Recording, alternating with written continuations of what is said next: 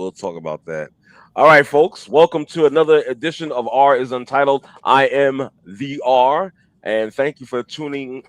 Man, I can't speak for tuning in and checking us out. Yeah, it was kind of funny. Um, this is gonna be a live one tonight. It's gonna be a live one. We got our boy. Oh And my when I say our boy, I'm being funny style. Trust me. Donald Trump is going to be in a couple of topics. We're going to talk about that dude. Of course, we're going to talk about the Knicks and them being in the finals, stealing game one, and a few God. other things is on the docket as well. So, with that being said, let's introduce my esteemed panelists. First, joining us is Miss Ev. Ev is from Connecticut, I believe, if I'm not mistaken. Thanks for Uh-oh. joining me, and your mic is live, so hopefully all is well. Yes. I went to the hot tub today. I feel so much better. And you also got the attention of a young man. Oh my God. Okay. I just want to say this real quick. This is Real not. quick. First of all, huge disclaimer. I feel for anyone who does not have access to a shower. I get it. And I get that, there is mental illness. Believe me, I have extreme post-traumatic stress. I get it. Mm-hmm. But I'm on the bus. I'm headed to the pool, and this guy walks to the back of the bus. I was minding my own business. I'm in the back of the bus. This guy walks all the way to the back, sits next to me. There's like 27 other seats. He sits next to me, and I'm trying to mind my own business. I start smelling. I don't know. I didn't want to say what it was, but so I start to stick my nose out the window because I'm like, okay, I don't want to be rude. I'm just gonna stick my nose out the window, and then he stuck his arm up, and I'm like, I hear you. Listen, I told this before the show or whatnot. I said he was trying to send out that was his mating call to you, and you turned him down. Well, and also, I was texting you, and I'm like, I was laughing, and I was like, well, hold on, Ev. Let me introduce my man here as well, Sir Black, Ronan Black. Thank you for joining us. Your mic is live as well. Hope all is well with you, brother. Thanks again for joining me. Yeah, I'm good. I'm actually got the Indiana Fever and the Atlanta Dream on in the background. Uh-oh. Wow. Okay. I hear you. Uh-oh. I see somebody in the chat. My man, Av, what's going on? Thanks for your support, brother. Hopefully all is well. I don't know if you did a show last night. I was trying to check you guys out because I couldn't be on with you, so my apologies, but I'm surely the next Bleed Blue show that comes on, I'll be in attendance. So thanks for that, brother. And also, let me just put out the like, share, and subscribe to the R is Untitled show. I appreciate that. My esteemed colleagues, we appreciate that. Show your support, show your love, share. If you like the content, like I said, like, share, subscribe. If you don't like the content, let me know what I can do to improve upon making this show better, because I like to provide a platform for the regular folk, for us. You understand? Yes, for people who would like to laugh, because I'm laughing. You're always laughing. And let me just put this out there as well. I'd appreciate if we don't over talk each other. It makes it a better, clean listen for those that are watching. So I appreciate that. So with that being said, let's get into the first topic. The New York Giants. They revamped their wide receiver core. They've signed Odell Beckham. He's back. He is back. What? Yeah, he's back. Really? Mm-hmm. Yep. I didn't even know he was still in the NFL. Nah. Don't do that. So they signed some veterans. They got Odell Beckham Jr. They brought in Juju Smith-Schuster and also Braxton Berrios. Juju was really good. He was really good in the Steelers, but I didn't even know Beckham was still a. But here's the thing. Here's the thing. You take these three guys that are quality veterans and whatnot. Have they lost a step or so or two? Of course, obviously. They're not like how they were in their prime and whatnot. They joined Malik Neighbors, Darius Slayton. Wow. Darius Slayton, I'm not really a big fan of because he might have gotten over the case of the dropsies.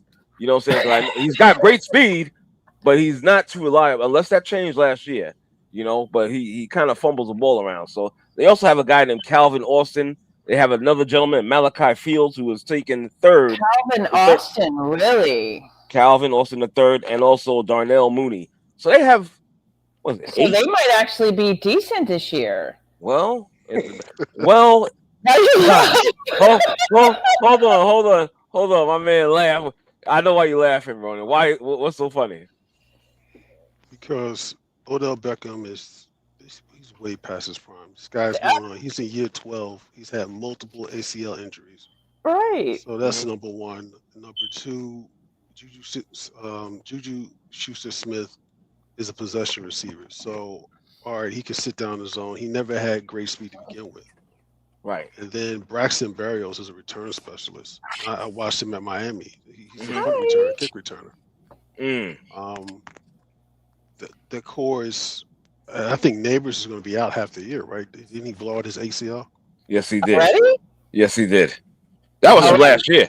That's from last year. Geez. Oh my gosh. So he's not going to be back until what, mid-season, maybe near the end of the season. So I would say mid-season. NFC East now has a giant problem. That's what Av says. Well, we'll see. We'll see. What do you think about that, Ro? this better. I mean, they could have went out and got Diggs. Diggs is available. That would have been a good move right there. That'd have been a good move. Honestly, I don't know, man. This guy Dart, I hear he's not that accurate. That's the word that's being said about him. Oh, I forgot my man real quick. David, your mic is live. Thanks for joining us tonight. How are you, sir? I'm doing well. Just a little tired, but I'm doing well. How about you? I appreciate you participating, even though you're a little tired. I appreciate that. So I salute thee officially, sir. Thank you very much. Dave, what's up? Sniper Elite. What's up? What's up? Oh my gosh. Yeah, Sniper Elite. Really? I didn't know that, Dave. That's cool. Not in the way you think. Yeah, exactly. I know. Not the way you think. Exactly. David is slick. Okay. Oh, got you. Oh, okay. Well, yeah. He likes that wasn't literal. he likes to throw the shade or whatnot. You think he's slick. He does it on a slick tip. I'm like, yeah, I caught it. I'm like, yeah, okay. Listen, it's not any fun if you don't catch it. Oh well, it went right over my head. I'm sorry. David, let me ask Dave a question. I know you're a Jet fan. You probably don't even care too much about the Giants like that. But what do you think about them bringing Schuster Smith, Braxton Berrios, who was a former Jet, by the way, if I'm not mistaken. Yeah. And also the return of Odell Beckham Jr. Okay, so I don't really have much thoughts about it. My only thought is, how old are these people? That's what I'm saying. Well, I just feel like they're a little long in the tooth. Right. In football speak. In football. But I mean, they just signed Aaron Rodgers, so I don't think there's any age limit anymore. Nah. No. No. Mm-hmm. Well, I mean, if that's the case, then just bring back the leather helmets. Right? We might as well. Yeah. But no, I seriously, I don't really I don't think about football at this time of the year. Mm-hmm. I really don't think about it until preseason, when on paper the Jets are going to win it all, and then the season starts, and then 2 weeks later they're out of thinking about next year. yeah. So listen. As far as I really don't have any thoughts about it. So okay. Okay. Fair enough. Well, I guess you know what? I'm going to move on from this. I actually am looking forward to this season, though, I will say. Has anybody heard about this? This is about maybe a couple of weeks, maybe about a week and a half old now. But I don't think we have had a chance to discuss it. Not on here. Did we touch a little bit in the chat? But in the chat, yeah. But yeah, I heard about it, but I haven't really followed much of it. Okay, but I am familiar with it. Yeah. Well, here's the thing. Oh man, where do I begin? Where do you No, start? yeah, because I don't want to offend anybody or whatnot. Well, Why you know not? what? Nah, fuck it. I'm just gonna Well, say right. Then go ahead because then I'll follow you. I'm gonna I'm just gonna say what I gotta say, and that's it, man. This whole thing. First of all, why would you want to introduce this guy at some political event and whatnot and show your support for a guy, honestly, that really is a piece of shit?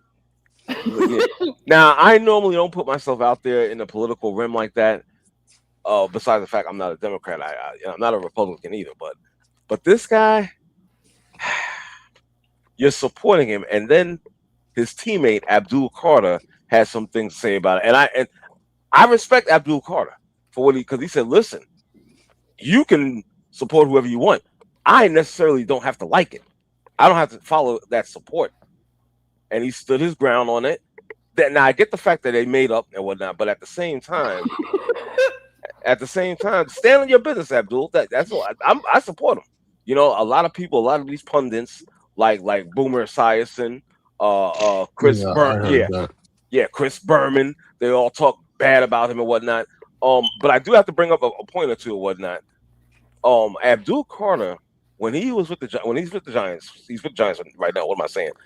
He requested two numbers. 56 is Yeah. one of them, and we all know who 56 is on the Yep. Giants. Yep. Okay, if you're idolizing Lawrence Taylor, who, by the way, is a friend and supports Donald J. Trump. You know what I mean? So Yeah, I hear you. I have a rebut to that, but mhm. so I'll say this. Um, as Abdul Carter did with his teammate, he called out what he didn't like about behaviorally, but he didn't bash the teammate. No, he didn't. You know, he still had complimentary things to say and saying, you know, he's ready to play with this guy and go into the season. He's just calling out the action. Right. This you can do the same thing with LT. You can idolize LT as a football player. Right. The same way he was complimentary to his teammate. Hmm. But still doesn't mean that you are sanctioning or trying to co-sign certain behaviors. I mean, LT had, besides Donald Trump, LT had some checkered history. And Yes. that still doesn't diminish LT the player. So No. we can live in a world where two things can be true. And I mean, anybody who has liked a particular celebrity, you know, that may have some other things that are less questionable behaviors, but you can still enjoy, say, their music or their Thank movies. So I think that you can do both. So I think the example of LT, and I heard Boomer when he said that. I think that example is not as strong as they think it is. Okay. Roland, you have any thoughts on this? Jaxson Dart. Kaepernick is out the league, got blackballed from the league for taking a knee. It was something that was true. Jaxson Dart, you know what? If you want to support this dude, whatever, all the bags that comes with him, and you want to stand 10 toes down on that, whatever, man. Carter gave a response. He got dragged by Boomer. Right. But you ain't dragging the guy. He ain't my leader. I don't need no leader. But the quote unquote leader of the country. And this dude has a track record of just deviant behavior above and beyond. And even that, you know, the Epstein file, the fact that you're using the White House as a slush run for your goddamn, all that nonsense, whatever. So you stand on that. With LT, man, I mean, come on, man. This guy got busted, man, for prostitution with a minor, for God's sakes. Man. Really? Jesus Christ. Wow, that's bad. Yeah. So you can separate. Yeah, he's the greatest defensive player of all time. Yeah, I know he's been friends with the pathological lion chief for a long time, whatever. Can if I played on that team, man, if I played on that team, me and Jaxson Darwin won't be talking. Period. That's just me. Right. I'm like, look, you stay over there, you run the offense, I'm over here on defense. We ain't hanging out after games. And I have no discussions. Right. Because, and I said this earlier, man, when's it enough? When is it enough where you got to sit here and try to break bread with individuals or just engage with bullshit? Yeah.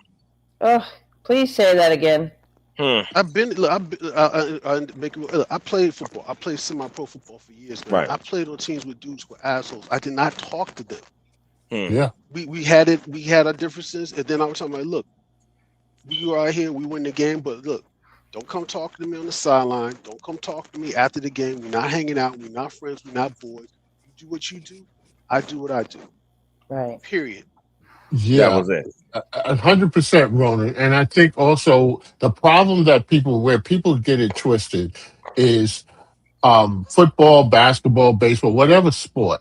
These are sports that people started playing as children. And oftentimes, as children, the first teammates are your friends. And so you get in your mind that, because they play a sport together, they're friends. Well, as you go up levels, and I'm sure Ronan can attest to this, as you go up levels, you're playing less and less with friends and your teammates who are put together, a collective. You know, R and I were friends since we were children. Right. You know, like maybe 9-10 years old. And so you have all the stories then, right? Yes. And he has mine. So, exactly.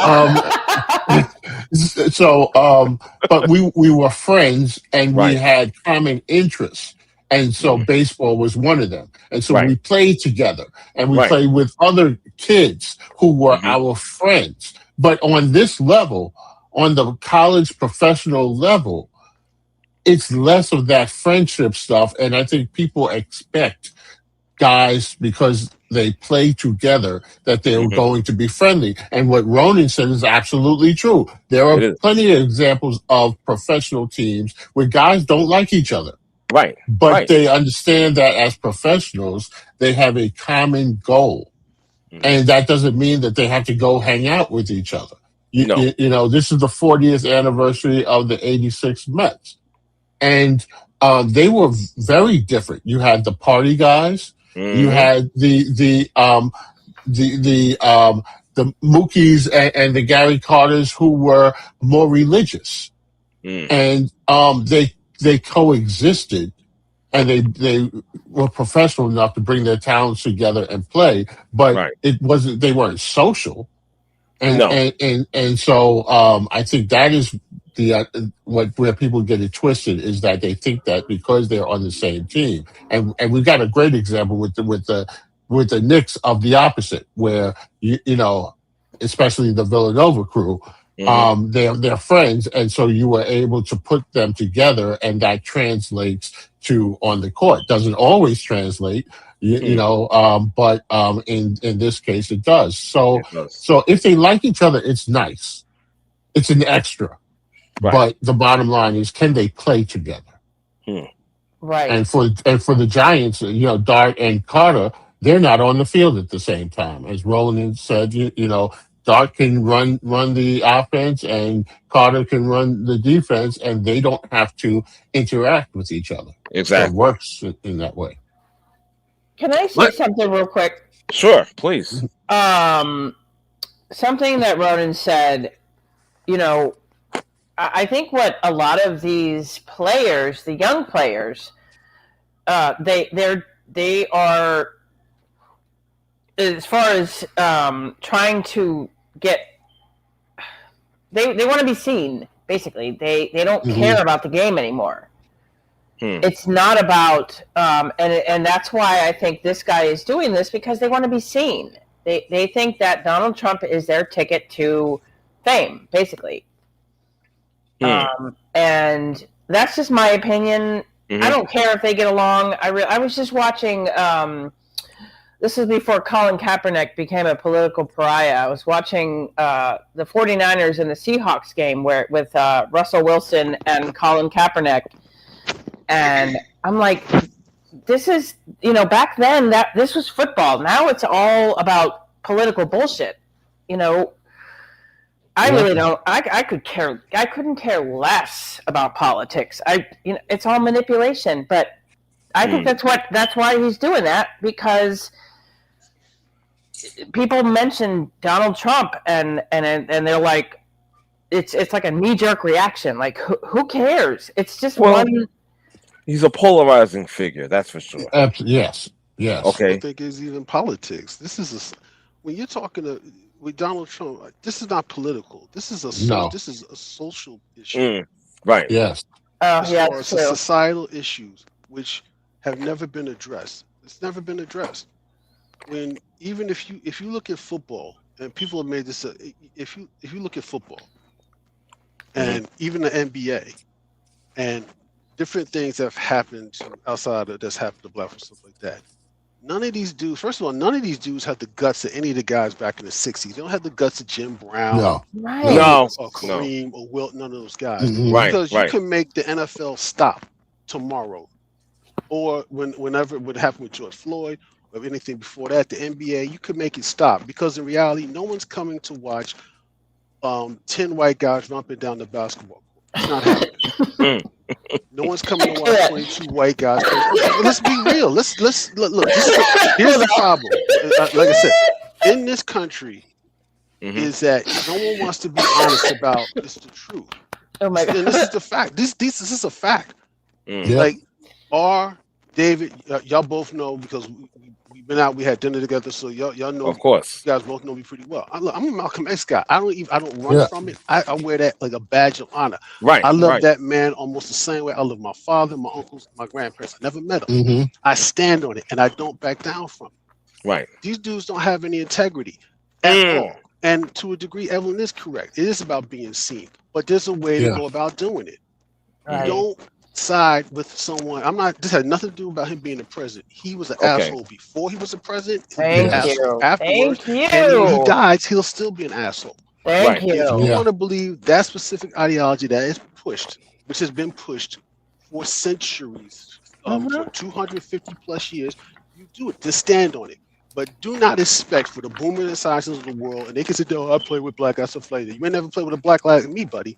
Because I would have dragged you. I wouldn't. It's not even. It's a waste. I don't even need any mental energy to beat someone like Boomer Esiason in a debate. He's a clown. My dog could take him in a debate. He's just a little dog.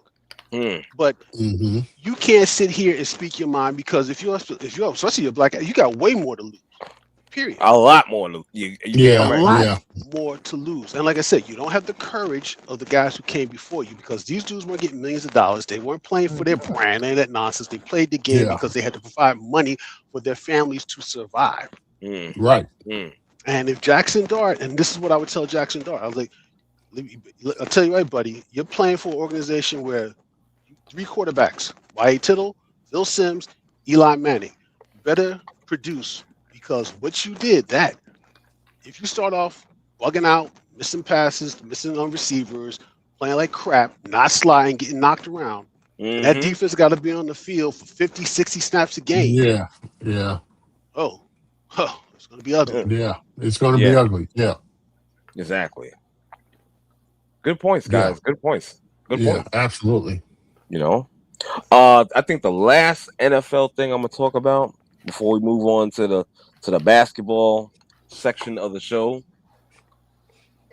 I'm gonna tell you, the Los Angeles Rams, they're gonna be a problem. They're gonna be a problem, especially because they just signed. They got it in the trade with the Browns. Defensive Player of the Year, Myles Garrett, who I personally think he should have been an MVP, because he had 23 sacks last year. I'm gonna tell you right now, the Rams are playoff tested. They're tough. You can never really count them out. Yeah, and there's a possibility of they already have a pretty good defense. All right. There's talk of Aaron Donald possibly returning to play with Myles. Could you imagine? Could you? What? Why you say, "Oh God"? Bro? Man, they almost got to the Super Bowl without this guy. Exactly. Exactly. Right. This team is a serious problem with this addition of Myles Garrett. Man, he's a difference maker. There's going to be less pressure on the secondary, and if I'm not mistaken, they signed. Who they signed in the defensive back? And he's an All Pro. Yeah, Trent McDuffie from Kansas City. They traded for him. Right. It only gets better for them, and like you just said, Ron, and I definitely have to emphasize that fact is that they almost. Do you know what kind of woman scares men? What the hell is that? That's the next segment, Evan. Yeah, I was like, what the hell is that? She's queuing up. She's queuing up. I was like, what the hell is that shit? Yeah. No, it's all good. It's all good. Yeah. This is live. Exactly. There's no cut here. You know what I mean? I'm like, what the freak? But just like Ronan, hold on there. Just like Ronan said, man, they almost made the Super Bowl without having this guy on the squad or whatnot. So I'm not gonna lie to you, that's a team that scares me. Even before they got Myles Garrett and whatnot, they scared me last season with their play. Matthew Stafford is back for another year. I think he signed for like $60 million for 1 year. Really? Yeah. Wow. Yeah, he's paid. These guys get paid a lot of money to get hurt. Well, they deserve it, to be perfectly honest. I'm not gonna lie, they deserve it. Yeah. Okay. And most guys don't have the lifespan either. Exactly. They really don't. So it's not like that's kind of a scary thought. It's not like you could go out there and play 20 years. Evelyn, I mean, as career-wise, I don't mean like lifespan over there. I'm talking about. I caught that and said, let me clarify that. Right. Their careers. Wow. Okay. Yeah, that's the kind of woman that scares a man.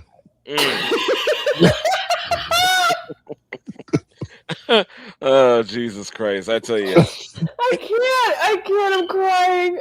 So hold on. That's where I'm at with Myles Garrett, man. What are some of your guys' perception of this trade and what it means to the Los Angeles Rams? Well, anytime you can bolster your defense by adding someone of that caliber, then I think that definitely is scary. It's just a matter of guys staying healthy. Mm-hmm. Like to Roland's point, they were on the cusp before that, and so this is, to me, it's a good move. It's a positive. Yeah. The only thing I feel with the Rams is on the offensive side is with Puka Nacua, or whatever his issues are. I think the Rams. I think Sean McVay might be probably one of, if not maybe the best coach in the league right now. He's better than Kyle Shanahan. I'm just saying. That's what I'm clarifying. I think he is. I think probably he's top 3. Look, as someone who follows Dallas, and they had a good off season. What the Rams say is like, look, the Rams are like, you know what? We're gonna do like Madden. We don't care about our draft picks. Draft picks, who cares about draft picks? Right. He's out there, I'm going to get him because I'm trying to win. Right. So, Wow. I mean, it's not like, look, they did this with Von Miller, they went to the Super Bowl, and they won. And then they were bad for one season, and then they rebuilt again. So,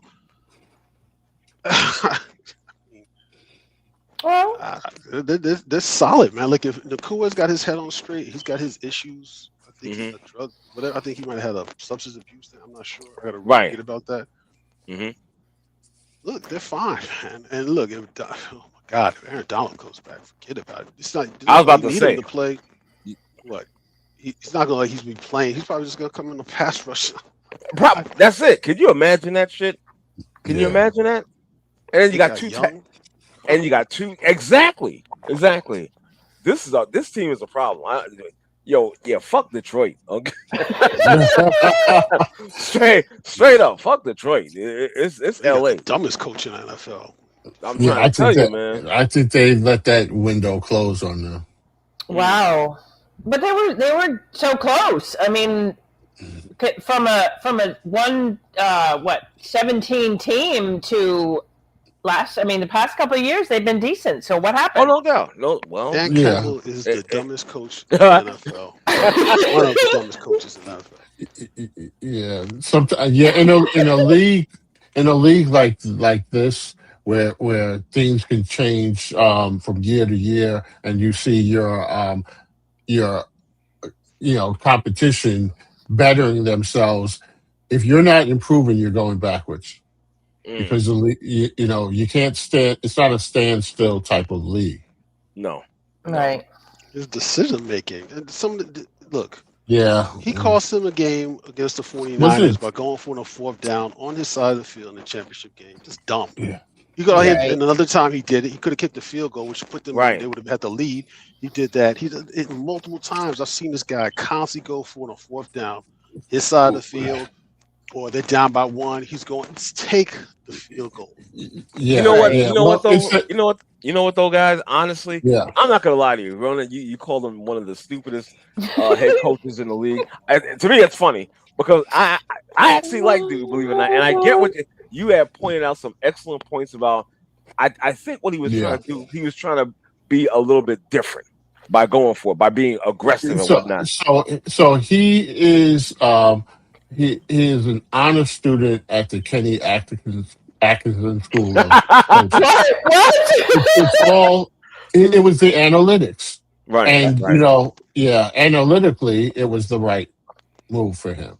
But it didn't work out, unfortunately. Well, right, and that's Kenny Atkinson. Yeah, that I gotta tell you, that's but it's the same thing. Same thing. I feel bad for them. To tell you honestly, I'm talking about Detroit. I do feel bad. I do too. Because we've seen them go through these years of losing, and then finally they get this guy, and they when his first year wasn't that great, okay, but they played in every day. They managed to stay competitive in every game. He had that kind of rah about him and whatnot, and I kind of like that. I'm not gonna lie to you, but again, some of his play calling, especially with the going for it on fourth down, and in certain situations, it came back and bit him in the ass. But I do respect the fact that he tried to be aggressive and tried to be different. Right. And they were really bad for a while. But they were so bad that as a Jets fan, I was like, damn, that's good. That's saying a lot. That's saying a lot right there. I'm done. Yeah, that's saying a lot right there. All right. So with that being said, let's get into the NBA part. I just got off of Trump, and now I'm going to go back on this. Oh, yeah. Let me get back on this. Another one? Oh, wow. Well. All right.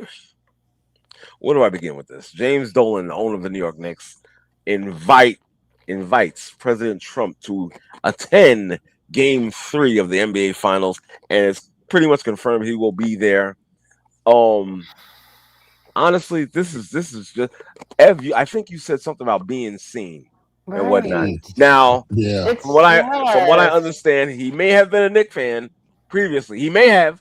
Not going to throw him under the bus completely. He may have been, but dude, I don't think there's been a president to attend any NBA Finals game. Why do you have to be the first? To me, that screams attention. So not even Obama, who's a basketball fan, went. I don't think Obama. I don't think so. So let me ask you this, because it's there in your title there. Did Dolan invite him, or did Trump put it out there that he wanted to come? I think Dolan did it. Yeah, I think it was the second case. I think it was the second case that you said. Yeah, I think he put it out there. That is very interesting. Yeah. Okay, and then Jaxson Dart's going to introduce him. Exactly. That's interesting. He's manipulating. He's trying to manipulate the He ain't NBA. trying. He ain't trying. He did. He did. There's no trying about it. And Dolan what's he going to once he's out there? Mm-hmm. Now it's like Dolan has to get ahead of it, and Exactly. not saying that he's upset about it. I don't know what Dolan's politics is, Mm-hmm. but yeah, that's the whole thing. You put it out there, and then it's like wink, wink, and then they do the official invitation, Right. just to tie it up neatly and so forth. But Mm-hmm. the where if he's a true Knicks fan, Trump, then where he really should be is at one of the watch parties with the real fans. Because You already know. You know he ain't gonna do that. Right. You know he ain't gonna do that. Because he's not inside there the to watch garden, it. right, and inside the garden with front row seats going for $100,000 plus, Mm-hmm. and the nosebleeds. Last I heard, they were at 8,000. 8? Yeah, I heard this morning that Wait, they went. Dominic said they were like 35. How did they go up to 8? No. You know why? Because they're up 1 in the NBA Finals. They already secured 1 win in the NBA Finals. So wait a minute. So it's the resellers. It was the resellers. So yesterday they were at 6. When I watched the news this morning, they said that the same site that was selling for 6 were now at 8. And that's a get-in price. Oh my God! Yes, that's a get-in, and that's in the nosebleeds. That's where he said they're cleaning the lights. Yes, exactly. Oh, that's where you have to look at the scoreboard. You're like right at that big scoreboard, and then look down at the court. That's so it's like $8,000. It's $8,000 up there. That's the Mandani seats. Yeah. And if they win Friday night, it's going to go up even more. And if they got a chance to close it out at home, I can only imagine what game 4 is going to look like. Exactly. Forget about it. Yeah. That is terrible. But another aspect, put him with the watch sheets, watch party. And that, another aspect of this Trump thing being at the Garden and whatnot, to me, it's kind of taking away the focus on the players. Well, that's what he does. You're making the ding, ding, ding, ding, ding, ding. It's all about him. Hold on. Thank you, Ev. He's making it about himself. You understand what I'm saying? And I don't like that. I don't like. Hold on, Ev. Hold on. I don't like the fact that you could possibly screw this up. Screw up. Hold on. Hear me out now. Hold on. Yeah. You can screw this up for not just the players, but also the fans who have waited 50+ years to see this happen, to see a championship happen and whatnot. And now you want to insert yourself and command attention and whatnot. It's ridiculous. That is what he does, and then he'll get up there and say, I love my blacks. I mean my Knicks. And, right. Right. Yeah. Exactly. But it's true. I mean, all he's he's falling short of what that kid did last night and ran on the court. My God. I mean, if he didn't get the attention, he would run out there and take a selfie because he makes everything that he does is about him. That's what his whole presidency is about him. The problem is that he's convinced some people that they are going to benefit from him. You remember what was it? Reaganomics and trickle down. Right. Right. But that was supposed to be the big businesses trickle down to the little man. In Trump's world, it's him. And like he's eating, and then the crumbs that fall, you may, if you're sitting under him, then you may get some of those crumbs. He's always going to eat first. Exactly. Right. In everything that he does, he's always going to eat first. Dude, I was born into that shit. Okay, I get it. Yeah. Yeah. Yeah, man. Yeah, you're 100% correct. But anyway, have him sit next to Oakley. And that's another. That's what. I'm glad you brought it Yeah. up. I Yep. saw something about how James Dolan should apologize to Charles Oakley and whatnot. Yeah. I mean, it's two ways to it too. Now, There's two ways to it. Yeah, because yeah, Oak has his own too. Yeah. yeah. Oakley kind of, kind of messed up too as well. Yeah. You know what I'm Yeah. saying? He really did. It's like, bro, it's not that serious. Yeah. It's relax. You know what Yeah. I'm saying? You kind of escalated that on your own accord. Listen, we love you.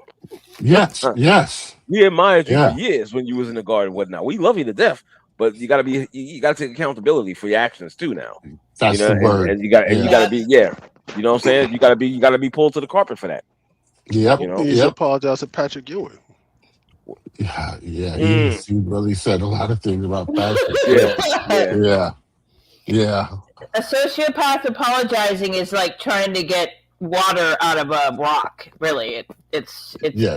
Well, it goes against their whole fiber. Right. And it's pointless to even try. The closest you would get from a sociopath is, well, I'm sorry that you feel that way.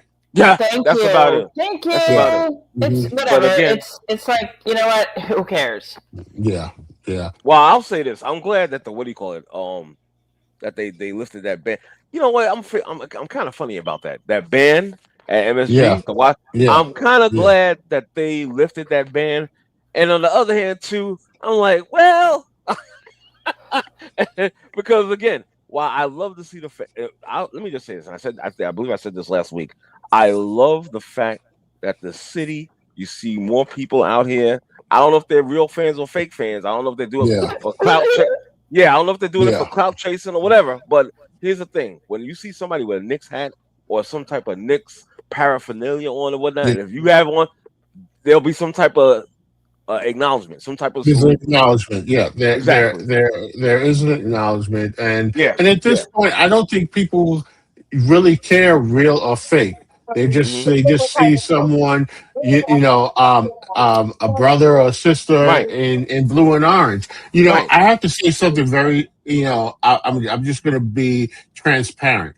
I have not watched most of the games at all in entirety. The few games in the playoffs that I did watch, it was already when it was pretty much a done deal. And then I turned it on to see the reactions and stuff. And the reason is twofold. A year ago, a little over a year ago, I lost my son. Right. I'm sorry. And so, and he was a Knicks fan too, big Met fan, and all that stuff. But the bigger part of it is that I used to live and die with my sports teams. And my wife would be the first one to tell you, my teams lose, I was miserable. And then I got a new perspective about what's important. Not saying that this isn't important, but I sort of pushed down a lot of my over-the-top fandom because real life showed me what true living and dying was. Right. And what real suffering is. And so my body now, it's like if you've been if you weaned yourself off of a certain type of food and then you try to go back to it and it doesn't sit well with you. I'm the same way with my my watching or my intake of sports. I'm very cautious and guarded about how much I take in because I know that my level of tolerance is different. And so that's one aspect of it. So the stress of it, I can't do because it stresses me out. So I look at my phone, or sometimes if the chat is blowing up, I can tell. Like last night, I went to bed. I didn't know who won the game until earlier this morning when I looked at my phone. Okay. Because I couldn't do that. But the second part of it is because they've been winning, and I have not been watching. I've sort of put myself in this. I'm not going to jinx this. Okay, so, understood. So I have Knicks hats. Who else said that, Reggie? I cannot. I have not worn anything Knicks, right? Because I haven't done it from the beginning, and I would hate to then, all right, I'm gonna throw this on and go out there, and then things go south, and then I would feel like, of course, that's not the way it works. Right, but I would feel like I jinxed it. So I said, you know what? They keep winning, so I'm going to keep doing what I've been doing and following the way I do now. Now, when they win, and I'm putting it out there, when they win, I'm going to let it all out. Oh, of course, and trust me, I'm trying to be at the parade. Oh, but I'm so excited. Don't get me wrong. My excitement level is still there, but I'm guarding my intake because physically and emotionally, I have to protect that. Understood. So I'm just putting it out there. But I'm following. I'm following along. I'm looking at my phone. I feel you, brother. I feel you. Let me take this time to bring in Sir Reggie. Your mic is live. Hope all is well with you, brother. How you doing tonight? Reg? He's muted. Oh, he's muted. Okay. All right. Well, forget that then. Let me get back. Forget that. Oh, he left. He's probably gonna log back in. It was probably his turn. They were calling him at the bowling alley. Exactly. So again, like I said, I'm kind of glad about this watch party and whatnot, and I did allude to the fact that there's this camaraderie between strangers, to our Knicks fans and whatnot, and acknowledgement and saluting and all of that, and then some and whatnot. I love it, but at the same time, some of our actions, as you can see online, is a little troubling for me. I mean, I see guys climbing on cars, climbing up streets, the street lamp, doing dives off of trucks, buses, doing dives in the crowd. Didn't they almost kill J.R. Smith out there? I think they almost trampled him. I'm sorry, that's called natural selection. See, that right there, I'm like, that's my only thing. I want this to go well. I don't want to see anybody get hurt like that. You know what I'm saying? Yeah, so there's that matter of safety, man. You know what I'm saying? Right. I don't want to see the purge. I want to see exactly. Yeah. Oh my God! You want to see the purge already? Oh my God! They win this title. Don't even put that out there. Look, I'm telling you, they win the title. Yeah. Down here, Gotham City, and these people act a fool. Gotham City. Yeah. Turn it up to 10. If they win, it's been 53 years. Yeah. It's gonna be crazy. Oh my God! There's no Spider-Man and the Avengers to quell that nonsense, y'all. Yeah. No. If I see the Hulk, I'm done. I'm done. It's gonna be insane. I Dave, like you said, I'm gonna be there. I don't care. I'm just gonna have to be on my best defense or whatnot. But I'm gonna be out there. Yeah. I have to. The parade is during the day, but the night. Let's say game 4, they win it at the Garden. Oh my God! It's going to explode. Exactly. Manhattan, that part of Manhattan. I'm in Queens, and I would probably hear it. I would probably hear it because it's this city, and I don't know about in Connecticut, but whenever there's a celebration, people like to shoot. They just bring the guns out and just start shooting up. Exactly. Okay, so Evelyn, you're not in Greenwich.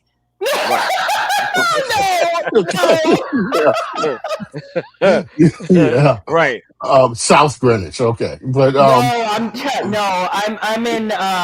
a little lower in Fairfield County. Okay. I'm just messing with you, Evelyn. Exactly. You don't have to give your location. I'm messing with you. But this city. It's on the one hand, I'm excited to see all the excitement and stuff like that. Right. But on the other hand, you're right, R. This city is going to lose its mind. You better believe it, brother. They're going to lose Are their mind. you actually going to be at the parade in a business capacity or just watching it? No, I'm soaking up. I'm soaking up as a fan. R is security. Yeah. R is running security. I want to be there. I want to be there as from a fan's perspective because this this is unfortunately for us a once in a lifetime type of thing. Right. You know, I was too young in '73. You know, so I don't remember that. I wasn't following a year old. Okay, yeah, I was like 8. So, yeah, I don't. I have no connection to that. I remember hearing the names, but you know, 53 years. Wow. You know, you talking about it. The thing that gets me is, I mean, what's the point of hurting? You're jumping off of cars to hurt yourself because you're excited about a game win. What's wrong with you? Well, you just said it. What's wrong? People are stupid. People are stupid. And not the stupid, Dave. Not the stupid. Also, the fact that let's keep it a buck now. They probably been doing some drinking, smoking a little bit. That's legal and whatnot. They be out there doing and it's an emotional roller coaster. It's a wave of emotions that'll lead you to do stuff that's not really smart. Right. No, right. You've lost your collective sense of what's right and wrong. It's just an outpouring of emotion, and it has to go somewhere. That's what it is. And people have, when you've held on, and then you finally release, you know, the stupid genes kick in, and people aren't thinking. You could ask them, well, what were you thinking? They weren't thinking. They aren't thinking, and you just hope that they don't hurt themselves or hurt someone else in the process. No one means to get hurt when they're jumping off. When they're jumping from the lamp posts and whatever, they don't mean to get hurt, but they've gotten so caught up that you know they throw caution to the wind. And last thing that I would say about that is that you know, people. New York has been very tight wound. You know, a lot of things, crime, a lot of other things. And it's been a long time since New Yorkers have had the opportunity to come together and celebrate something. You know, the Yankees have won, but that wasn't the entire city that celebrated. You know, for the most part, you know, this is truly a Knicks town, even though the Nets play in Brooklyn, and they have their fan base. But this is overwhelmingly a Knicks town, and this is where you start seeing people feeling they put aside race, class, all these things, and they're all orange and blue, and so you know, it's just emotions are going to run wild, and I hope that the city will be okay, you know, as far as safety wise, because there are hope so. lunatics. And then there are people who are opportunists. There are opportunists. Oh my God! So you know, everybody's going wild, so they jump in it because it's an opportunity to just be crazy. Yep. Yeah. There's going to be a lot of that. Yeah. You know who I feel bad for is the police that have to. Well, they're going to have their hands tied with that, and I don't envy the. Right. Well, yeah, I don't envy the position that they're in. Well, here's what they will do. I can tell you just from how they operate. There are certain there are certain targets that they will protect. You know, business wise, and so forth. But the average fan or the average New Yorker, you know, it's I always say this. I work in downtown Brooklyn. My school is in the Metrotech area. And Chase, Forest City Ratner, and Chase is one of the like flagship operations down there. And they have security that's there. This NYU has a campus there, and Chase Bank. And those security, they are there to protect the buildings and the interest in that building. They're not there to protect the people. So I say this because I've seen situations where, you know, students, young people have been attacked, jumped, robbed, and their security won't move because that's not the interest that they're there to protect. So the police are going to, of course, protect assets. Right. And terrible. And people, the average New Yorker is not considered an asset. No. Are they considered collateral? Yeah. Yeah. In that case, yeah. Pretty much. That's sickening. Pretty much. Let me try this. But that's life. Yeah. Let me try to bring Reg in again. Reg, your mic is live. Welcome to the show. Thanks for joining me. Let me make sure his mic is. Oh no, he's good. I'm here. I'm driving. I'm here. I'm here. All right. Okay. You driving to or from the bowling alley? Sure, you right, Dave. Driving from the bowling alley, Dave. There you go. There you go. Okay. Right. No. I had an early practice, but my daughter's mother bowled in the league, so I waited for her. Practice. You talking about practice? Yeah. I need it. A lot of it. Okay. All right. Yeah, all right. Until the last pin drops. Reg is there until the last pin drops. I need a lot of it. Y'all are hard. All right. Thank you, though. Go, Knicks. Right, Go, Knicks. Yes. Be careful driving. Yeah, be careful driving now. Yeah, brother, please. Exactly. I mean, I could walk and chew gum. Talking and driving is like same thing. Okay, well, just be careful. Okay. It is worried about it's the other crazy people. That's right, and it is until it isn't. So just right. Hey, Reg, what do you think about this? That they lifted that ban on that watch party stuff at the Garden. What do I think about it? Yeah. I don't think they should have banned him in the first place, in my opinion. Mm-hmm. You know, but as far as I want to say, piggyback off of Dave a little bit. The average New Yorker is not trying to destroy anything anyway. Right. You understand? It's just people looking for a reason to do something. Yes. It's just people looking for a reason to do something, not because they want to destroy it or anything like that. Again, average New Yorkers, because listen, New York has been, like Dave said, New York hasn't had a parade of winning anything of late in a very long time. Right. You know, so we are waiting to erupt for elation, but not to destroy stuff. Right. You know, we're better than a lot of cities as far as that's concerned. Yeah. That's true. Thank God for people's safety, anyways.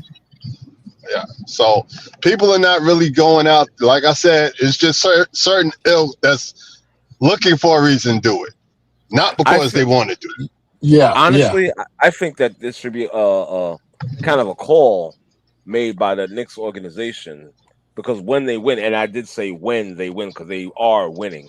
Right. Okay. Say that, man. They are. Okay, winning. Nostradamus. No, you didn't listen. They're winning. And let me pat my. Hold on. Wait a minute. Would that happen to coincide with you coming back back home? Is that what it is?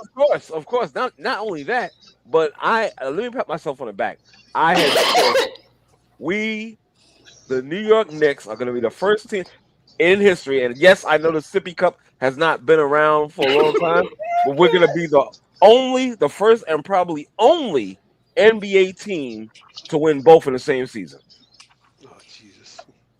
That's right. I did say it, and I'm going to stand by it. I am proud of that statement. All right, then. Okay, well, will they hang both banners side by side? No. I mean, no. They hang the one up that matters the most. Go ahead, Ronan. Because I heard you groaning like, oh, geez. Who cares about that stupid season tournament nonsense? Come on. Nobody cares about it, but still, you can say it's still very little honor, and we can say that we were the first and probably will be the only team. That's something. Come on, man. That's something, bro. Right. No, it's not, bro. If that is season. Okay, what about all the pennants the Yankees won?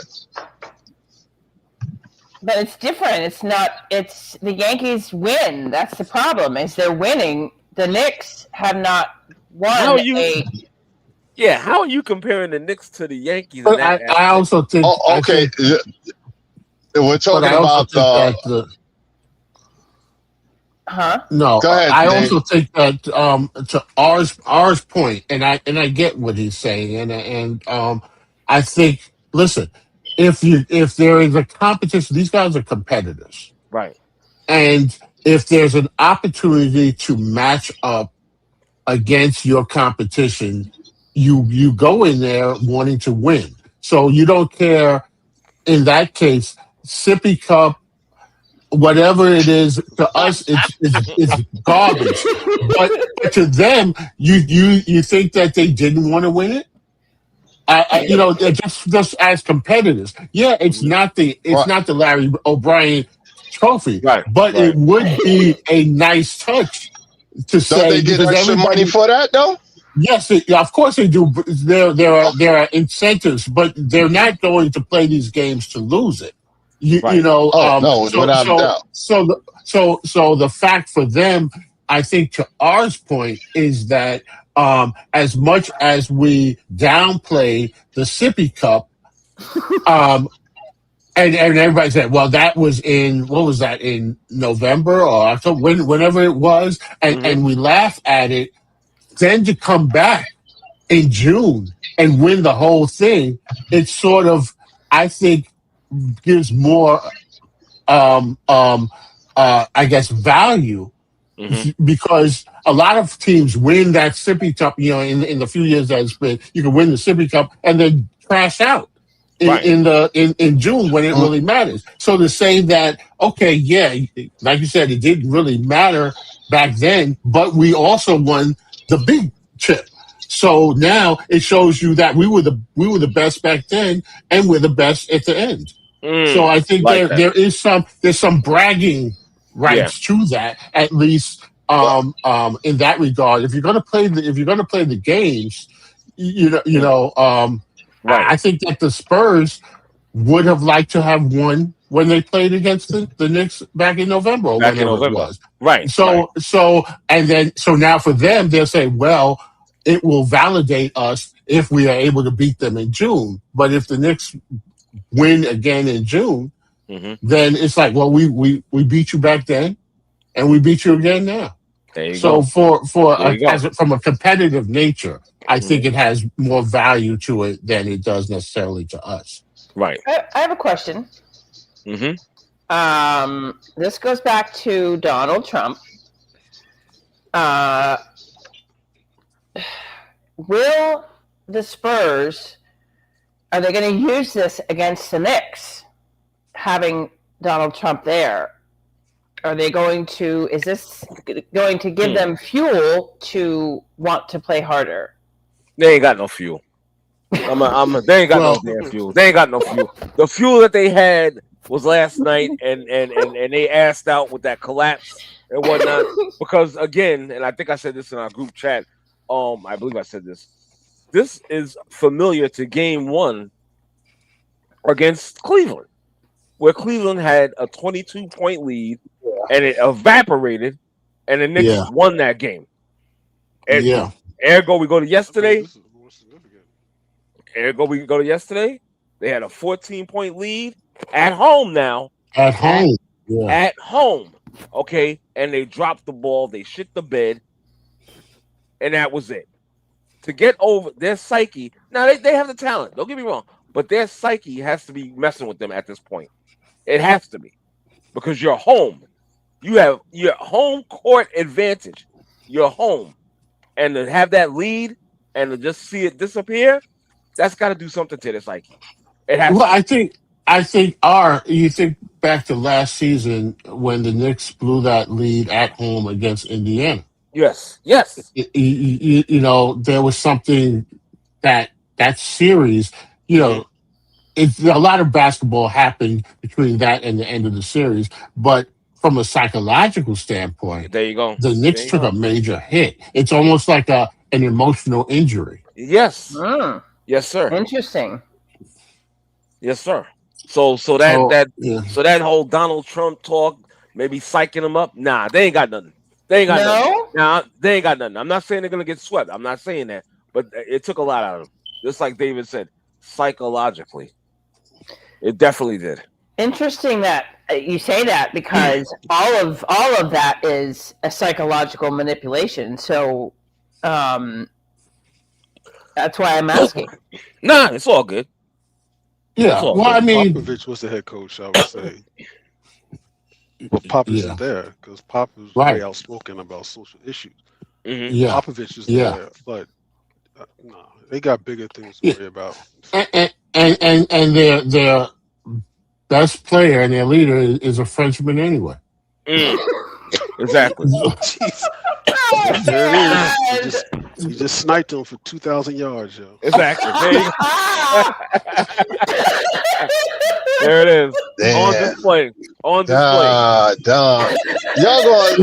gonna have to back up off of French toast today. Oh wait, I forgot. Hold on. I forgot. We have his attorney on the line right now. Oh, Y'all can't be doing the French people like that. Don't do it, bro. Like I said, the law officers. We got a modern day Charles de Gaulle on here. Exactly. Listen. I can see you going in on Canadian bacon. I can see that. I understand Canadian bacon. But French toast ain't never did nothing to nobody. Listen. Until this series is over, I'm ordering onion rings. There you go.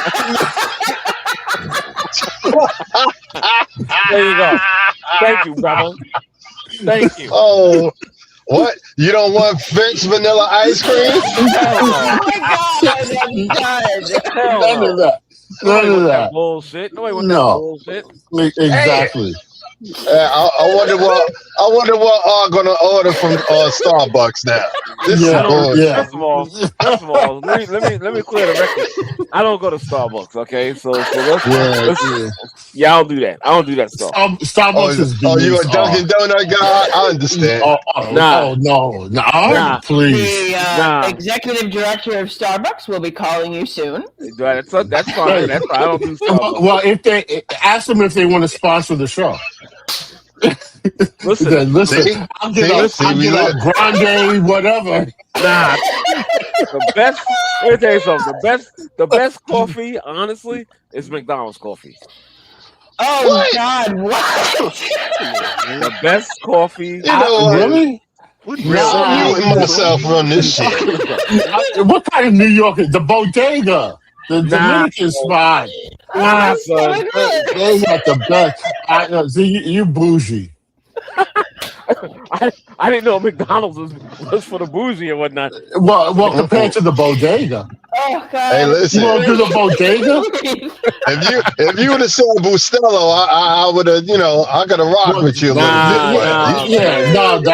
That's what. Come on, man. That's what you. Yeah, the Bustelo, and you get the cat. You get the cat in the back stirring it up and everything. Makes the best coffee, bar none. I've tried. Because it's $1.50. Yo, bro. That shit is delicious, man. Especially that ice shit. Oh my God, forget about it. You just gotta remember not to burn yourself because the contents are hot. So we were talking about the Frenchman. What were we talking about? Yeah, the Frenchman. Yeah. It's French toast, man. French toast. That guy. I'm sorry, he's not it. He is not it. He is not. If Carl Anthony Towns could be an Egg McMuffin, he could be French toast. Nah, he ain't. There you go. Right. What do they have those French toast sticks? You ever seen those? Exactly. Those are like Burger King. Burger King has that. Okay. Victor is not it. I'm sorry. It may be a bad take, but he is not it to me. First of all, you giving this guy. You think he will ever be it? You know what? Maybe if he gains 50 to 70 pounds or whatnot, maybe. I think he did. Yeah. Because one, and I say this all the time. You're 7'5". Duh. You're supposed to be dominating. You're supposed to. What is he like? 7'5", 150? Exactly. What? Yeah, you need to be blocking. You need to be leading the lead in blocks and whatnot. I'm not trying to give this guy no extra credit. Nah, I'm not feeling that. Right. It's not about it's not about giving the boy. It's not like the man is boasting himself saying he's the greatest of all goddamn time. Because he can't say it. He can't say it because he's not. He's not. Well, we know somebody. We know somebody who did say it, and we know good and well he ain't. I.e. Ronan. Go ahead, Ronan. The floor is yours right now, brother. Oh no! I ain't got nothing. Rich Paul is Ronan says he's setting my case. He's making my case for me. Come Every on, time he opens his mouth, he makes it. He's making my case for me. Hold on, guys. Let's not overtalk each other. Make it hard for people to understand, please. Now, what were you saying, Ronan? In regard to the flop god. Oh Lord! Everything. Look, man. Rich Paul is making the case. I don't have to say anything. All he has to do is keep on talking. I don't. What does he say? Rich Paul. Well, let's see. He said that Scottie Pippen was the most important player on the Bulls. He should have been the MVP of the finals. He said that. Let's see. Michael Jordan and Kobe are selfish because they lived in a two-parent household. All kinds of crazy nonsense. What? Wow.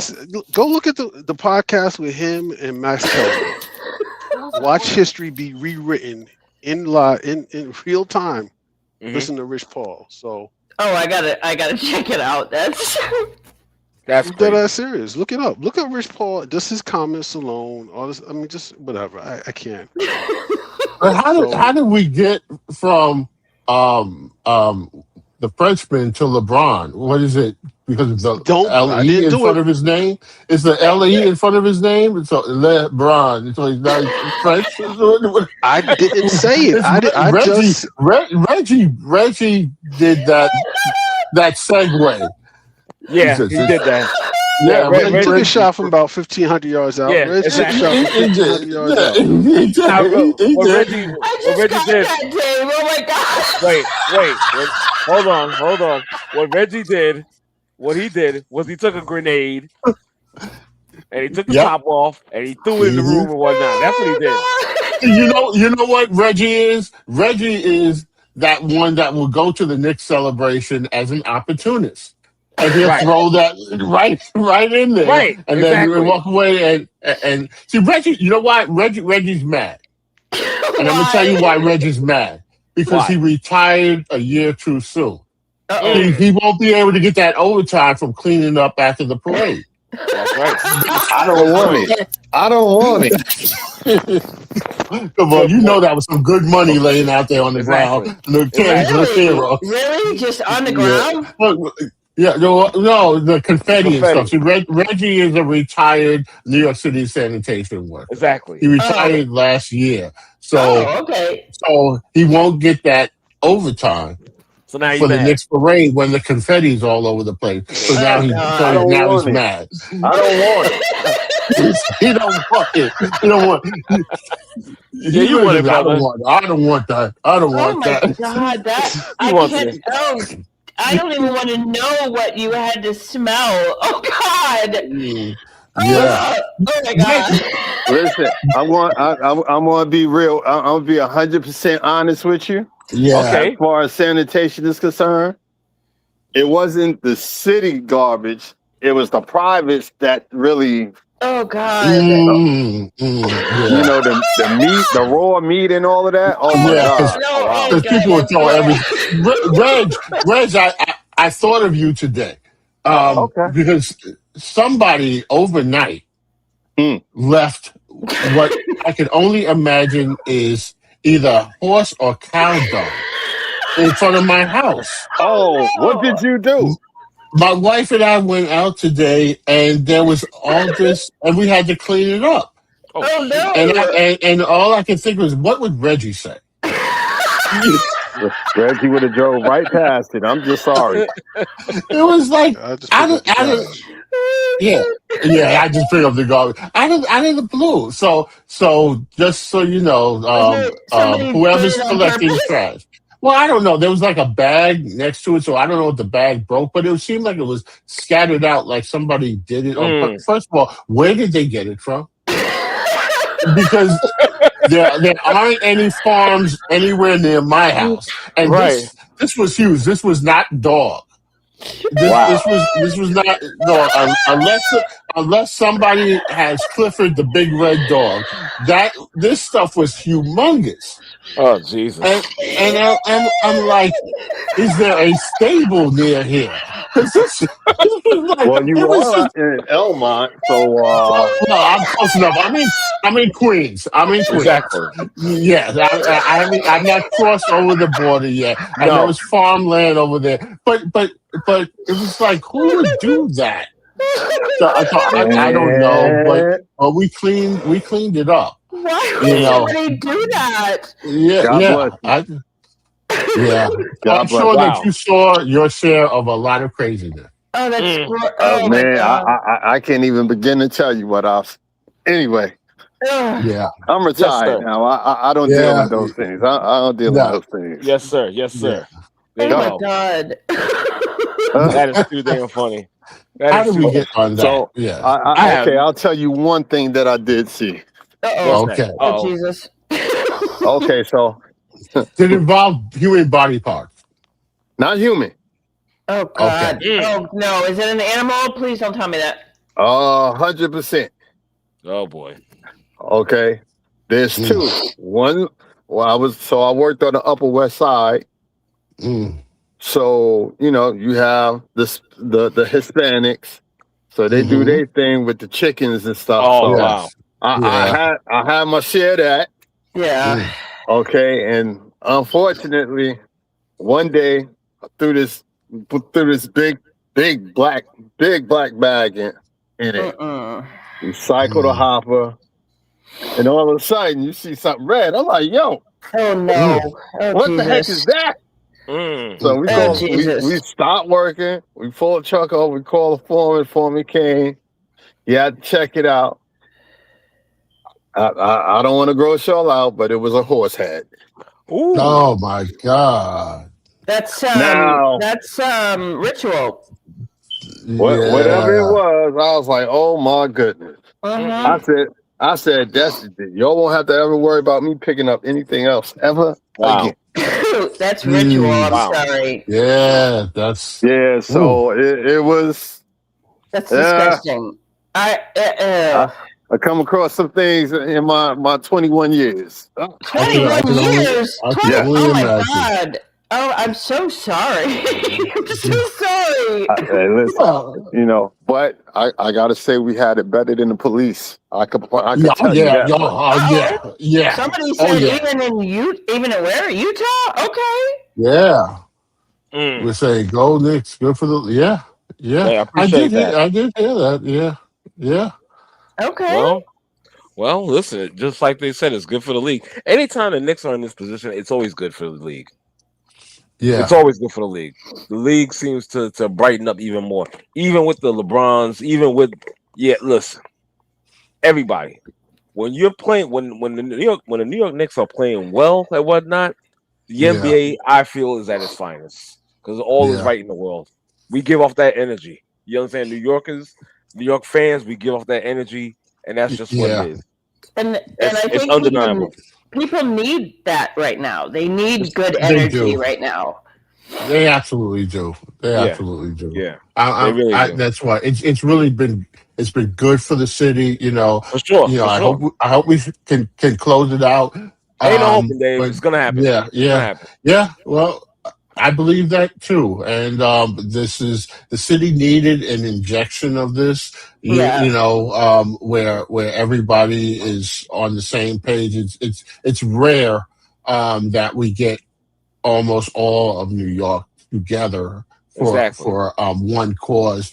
Like I said, baseball. There's a split for a good reason. For a good reason. The last time the city came together in that manner was the unfortunateness of 9/11. Where everybody was very caring about one another and so forth. Here in New York, all you gotta do is slap on the orange and blue, and that's it. People look like, we're all that's one. Right. Yeah, And so, I think everybody needs that right now. Everybody needs, of course, a little bit of an injection of good energy because wow, it's a little chaotic, but I mean, this is amazing, and I pray that everybody stays safe. That's all I worry about. If you're jumping off a light pole, you may want to put the drink down. I'm just saying. Right. I mean, there's only 2 times in New York. There's only 2 times in New York when that's acceptable, and that would be if the Knicks win or St. Patrick's Day. But that's it. If you've ever been in New York City, and I'm sure you can attest to it. If you've ever been in New York City on St. Patrick's Day, that is a sight. That is a sight. I hate it. Yeah. I've never been there on any event because it's just too many people. Well, I'll just say this, and hopefully my Irish friends don't get on me for this, but I can't stand that day. I cannot stand that day. I can't stand that day. I hate SantaCon. I don't know if you know what that is, guys. Yeah. I listen. When I'm in my when I'm in my lobby and whatnot, if I'm working that day, I have this huge. I call it my friend. I have this huge, heavy mag light flashlight. Good Lord. Yeah, and I carry it over my shoulder. So my God. Whenever people come in that might not be right in the head, and they come in, and I see them, and I look them right in there. I look right now. I say, "Can I help you?" I'm putting out a message. I'm putting out a mental picture for you already. Jesus! Big black guy with the heavy flashlight that'll put a gash in my head. Yeah, please don't hurt anybody. No, I gotta put it out there. I gotta put it out there. I mean, that's your job, obviously, but because honestly, those days, especially St. Patrick's Day, St. Patrick's Day is the only time I see a lot of people walking around with open bottles, open cans. Yeah. Nobody bothers them. Nobody messes with them. Nobody's giving them a ticket or arrested. Nothing. They are left completely alone. Try that on Labor Day. Yeah. We can't get on Fifth Avenue. No. We gotta be in Brooklyn. No. That's right. Okay. And the African American Day Parade is in Harlem. Exactly. Try that. And are people actually walking around with open bottles on that day? I'm curious. What about the one that's coming up now, the Puerto Rican Day Parade in the Yeah. That's Sunday, right? Same thing. Yeah, I think Sunday. I think so. Yeah, I've been out there. I think it is this weekend. Yes, I've been out there for that too. Okay, that makes sense, I guess. I'm telling you. But again, that Irish, that St. Patty's, I can't stand that day because normally I work, but I'm like, yo, and I'm looking at the cops like, you gonna do something about this or what? They're not gonna. Not a damn thing. No, not a damn thing. No, exactly. Because if they did something, then Thanksgiving dinner would be awkward. Word. 110%, sir. And then the fucking SantaCon is even more ridiculous. Oh my gosh, it's here where I'm at too. It's a SantaCon. Drunk people walking around in Santa Claus suits. Yes. That's what that is. Yeah. The first time I saw that, I felt so bad. Hold on. Where did you see that at? In Manhattan. Yeah. Hold on. Let me finish telling this. So what happened? It's crazy because I'm thinking that the little kids are being traumatized because hold on. You got Mrs. Claus with her miniskirt hiked up over her shoulders and whatnot, and Santa Claus and his little elves are throwing up as well. I'm like, yes, Santa Claus in his drawers and. I'm looking like, what the fuck is this shit? Yeah. These kids, these kids are definitely traumatized. Poor kids are traumatized. I was like, yo, whoever thought of that shit is ridiculous. That don't make no goddamn sense. Yeah, walking around. I was like, I'm like, I can't believe it. These young ladies. I'm like, you got your skirt hiked over your head, miss. Exactly. Walking around going, ho, ho, ho. And it's acceptable. It's acceptable. That's what I don't get. People are like, just okay, no big deal. Yeah, walking around. Yeah. They leave them alone as well. They leave them alone for the most They part. sure Leave do. them alone. They sure do. It's amazing. I'm like, yo, come on now. That's right. I mean, they don't bother them because you don't want to be on the naughty list. Exactly. I think they already on. I think they on the naughty list. They on it already. They on it Not already. to be confused with the Epstein list. Word. It is ridiculous. Fucking ridiculous. I'm sick of these goddamn people. I swear to God. I'm surprised Reg, are Dolan you not still on that driving? list. Oh God! Reg, No, I'm in the house. I'm in the house. Oh yeah, Oh, I'm thank in the God! house. Thank Yeah, God! because I didn't want to go unhinged and you take your hands off the steering wheel. Or something. Wait, you haven't got? Oh Jesus! Oh good Lord! He's home. I'm in the house. Can I say something about the Knicks real quick? Yeah, please. Yes, sir. Following up with something that Dave said earlier, like, I'm a longtime Knicks fan. Yes, sir. I go back to the days, Ken Adams, Bannister, A. Lee Wilkins, all that. Mm-hmm. For me, if the Knicks win, like I can understand what Dave was saying about the disconnect from sports, and I've been like disconnect, because for me, if the Knicks win, that means all the teams that I root for, I've seen them win titles. Right. I'm a Yankees fan. I seen them win. I like Dallas. I seen them win. That was 5 when the Yankees won. I mean, Knicks won the last title. Yeah. And when I was a kid, I was an Islanders fan, so I used to ride with them. I saw the Devils win, so the Knicks win. Okay. I could tap out. Right. Yeah. I saw. I didn't see the Jets. I was alive when the Jets won, but I didn't see it. Yeah, I didn't see it either. Wait, what? No, I'm saying when the Jets won, I was alive at the time. I was born at that time, but I was only 2.5, 3 years old. That's the last time the Jets won? That's the only time. Okay. So Oh my God! I don't know whether I should answer it or ask you how old do you think I am. But either way, it's going to be a long time. Exactly. It was 1969 Super Bowl, so the 68-69 season was when the Jets won. And that was a great year. The Mets won. The Knicks, didn't they win in '69? That's Boston. Okay, so I know that. They won somewhere around that time too, but it was a good time in New York. It has been that long, but that's I'm not why. saying I'm only a few years younger than you, so I'm not saying you're old, but it's. Well, you can say that too. Two things can be true at the same time. You're only a couple years older than me. It's not like you know. Well, just most people who were alive when the Jets won, they either are senile or they have very little memory of it. It's been a long time. Yeah, right. We're not even right. Wow.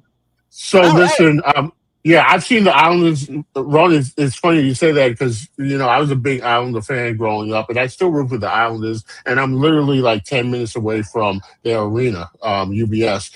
But I do have a picture of myself holding the Stanley Cup from the last Islander.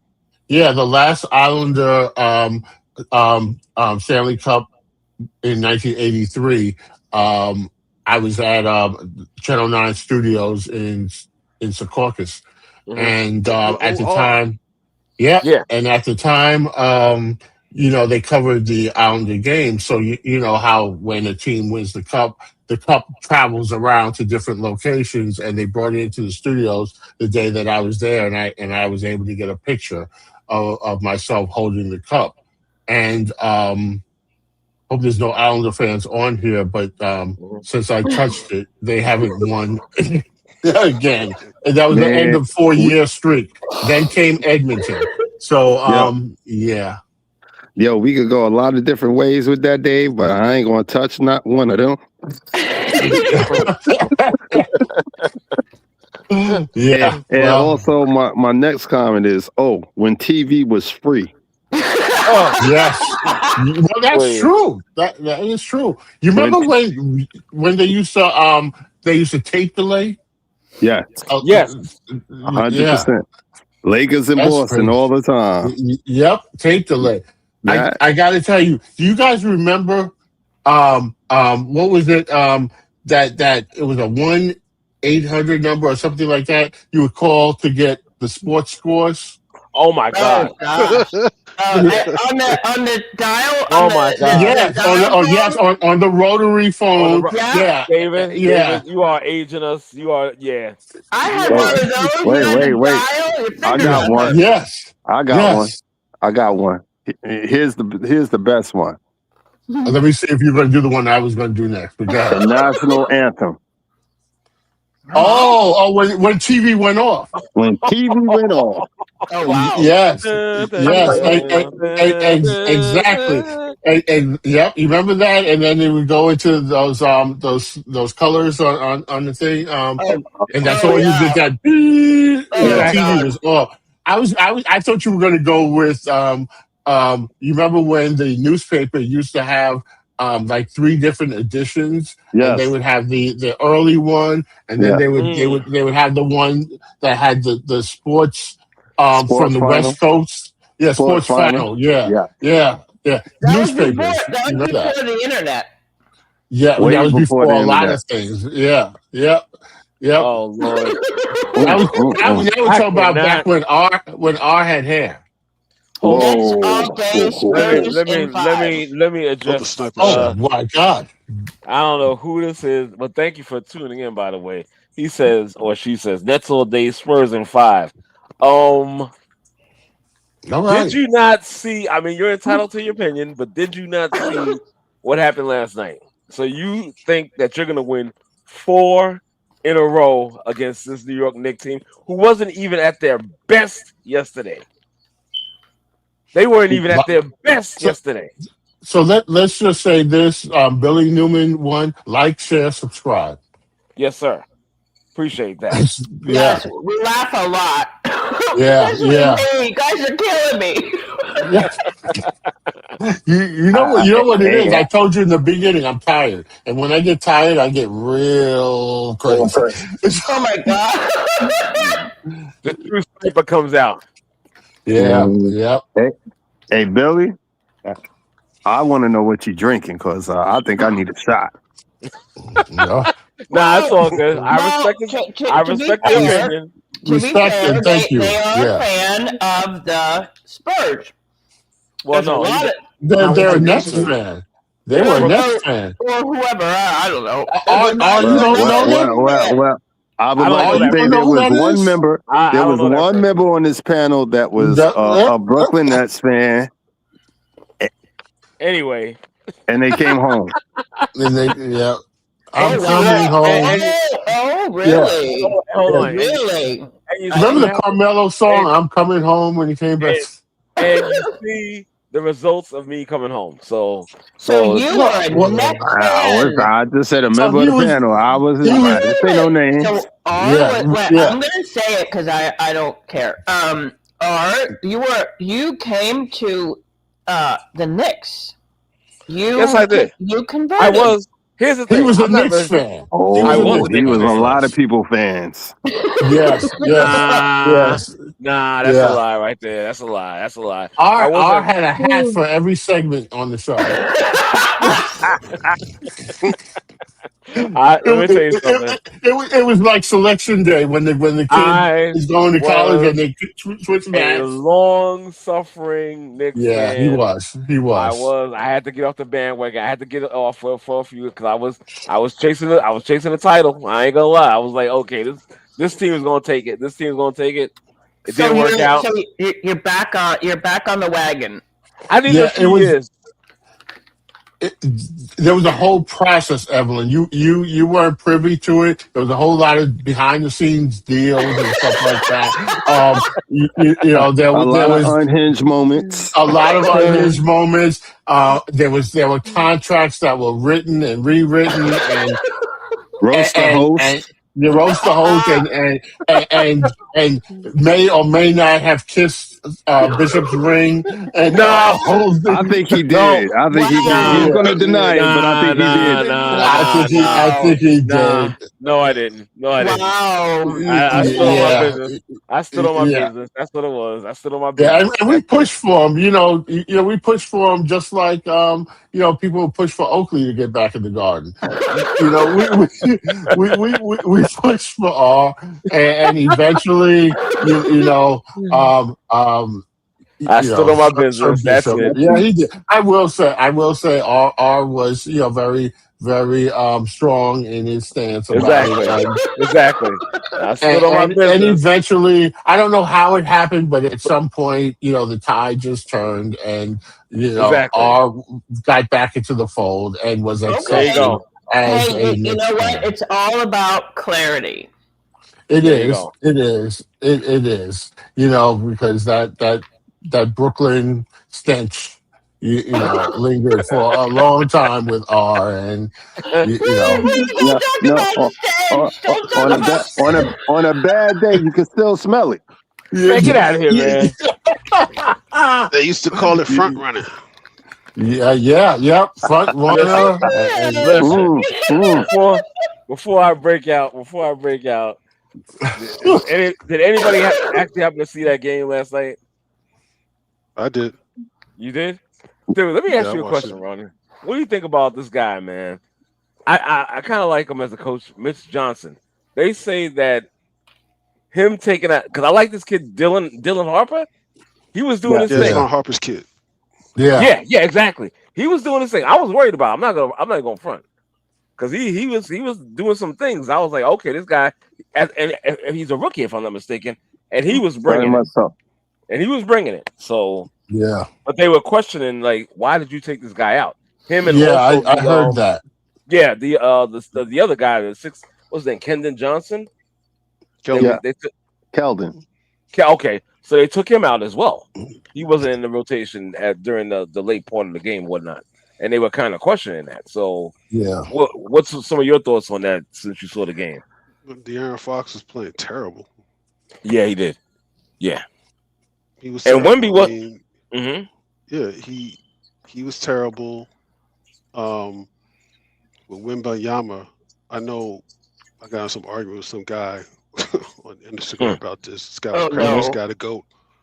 But I'm like, could he win a title first? Not even a title. I'm like, could he just string together like 14, 15, whatever, 15 games where he's playing? Because he hasn't really played well since game 1 against OKC. He's been all right. But the Knicks, they willed themselves to victory. I mean, Brunson, he didn't shoot particularly well, but in the fourth quarter, he did his thing.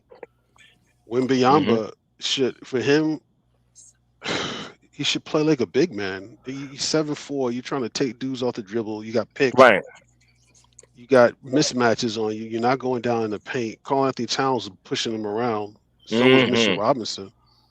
He doesn't play like a big man. He's playing like a guard. Right. Josh Hart probably had one of the most impressive games I've seen out of a guy who only shot 100%. Right. 100%. He scores 3 points and like 13 or something rebounds or 15. 15 boards. 15 boards. Yeah. He was physical. I've been really impressed with Karl-Anthony Towns when he's played in the playoffs. The way he's been playing. He's playing. Right. He's showing that he's a playmaker. He's stepping up, man. He's, I've been impressed with this whole run. I'm not gonna lie. I'm like Dave too. I've watched some of the games. I'm like, I'm not even superstitious, but I'm like, I don't know if I should watch this. Right. Yeah. Might go sideways. I feel you. What is this like? This was 7 straight road wins by double digits. It's insane, bro.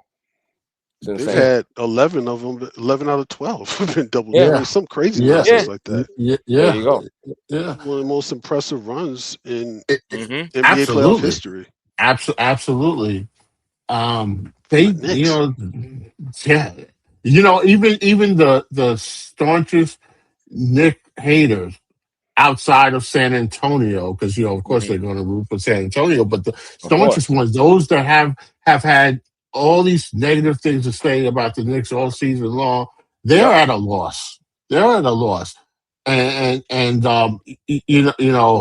it's just interesting to hear some of the flip floppiness that's going on about the Knicks. I mean, if you're not a believer now, right? Mm-hmm. Telling you, man. And again, I said it earlier during this broadcast, and I'll say it again. Last night we were not really even at our best. No, we were not. So imagine when that shit kicks in. When we start playing how we played during this run, like the really good games where the ball is moving, the shots are falling, and the effort is made on defense for 48 minutes. Oh man. Yeah. We are looking at we have great chances. You know what it's like, and I can't stand snakes, but you think about the tighter that grip gets and the weaker the prey gets. And as that grip gets tighter on San Antonio, I don't like. Okay, they're professionals, and I think they will fight back. They're not gonna lay down and die. No. But the psychological grip that I spoke about earlier, and just the moment. This is the finals, and as I was watching, I forget what show I was watching, when they were talking about the finals, the difference between the finals and even the previous round is that at the finals, they said the NBA takes over your whole arena.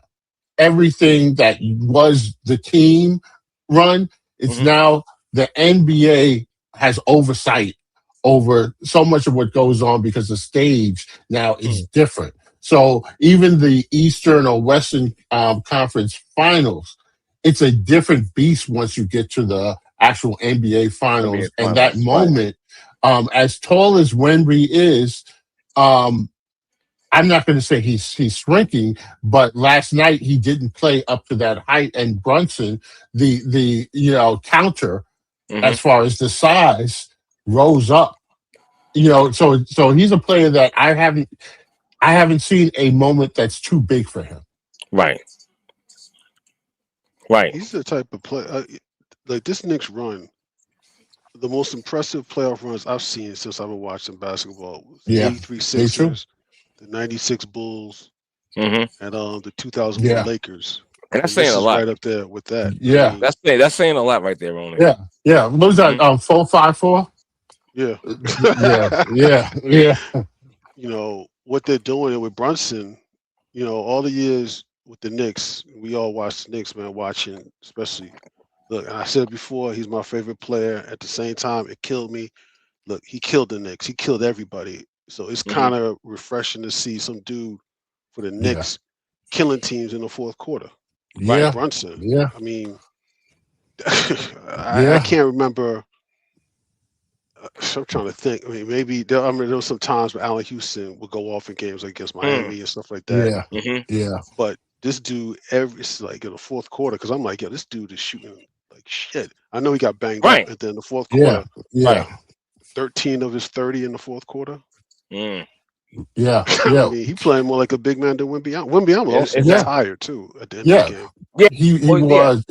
Bishop pointed that out even going into the series. I give Bishop, who's not on here, but I give him credit for that because he was the first person that I heard talk about Wemby looking tired in the previous series, and that might be a factor. There's a lot more games to be played. Hopefully it's only 3 of them, but there were times when even on the defensive end, he wasn't in a position where he was an impact. If he's out there guarding Cat on the perimeter, and there were times where Brunson saw the spacing and blew by him. So your arms aren't long enough to reach from the 3-point line to the basket. And Brunson is gone. past them, and it's too late. So positioning, and maybe they'll look at tape and make adjustments. But one thing I will say, even with Mike Brown, his in-game adjustments and the lack of panic when they get down. And I heard I was listening to the radio earlier today, and they were talking about, the Villanova 3 have won together. And they're even though it's a collegiate level, they've won together, and there's a trust factor that you see even today on this stage. And other guys, and I think the acceptance of the roles and the trust in Cat, and alike, everybody who needs to step up has stepped up in their own way. Well said. Exactly. They're doing a number on Wemby because Isaiah Hartenstein was beating Wemby up. He was physical. Yes, he was. And then it's like that old school basketball, which you don't see that anymore. Cat is not a light guy. Neither is Mitchell. And they're constantly banging with this guy, and that's just sapping up his energy. His stamina. He's always trying to take people off the dribble.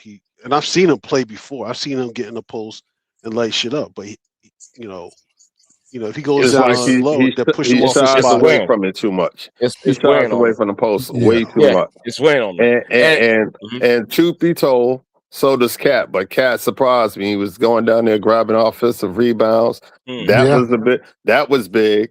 Josh Hart definitely was big. Even Anunoby, he kind of kept us in the game until Brunson did what he had to do. But it was definitely a team win. It wasn't, I know how they say the star player, this, that, and the other. But if Hart and Towns don't do what they did, the Knicks lose this game. Absolutely. Absolutely. I just want to add one thing, to be honest. I talked about the psyche of the San Antonio Spurs and whatnot, and how that might have hurt them, that losing by, when you're up by 14 points and you're home and you lose. What about the other side? Let me flip it to the other side with the Knicks and whatnot. What does it do for their psyche to know that they can't be counted out in the fourth quarter? Okay, we don't. I'm going to jump on this one. Okay, you don't want to always have that in the back of your head because you think you can come back from anything. No. That's the last thing you want to do. Okay. Yeah. Okay. Fair enough. That's the last thing anybody ever wants to do.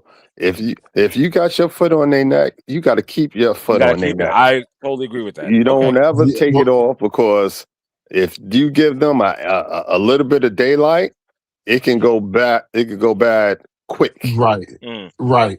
Yeah. You don't want to count on your ability to come back. That shouldn't be one of your weapons.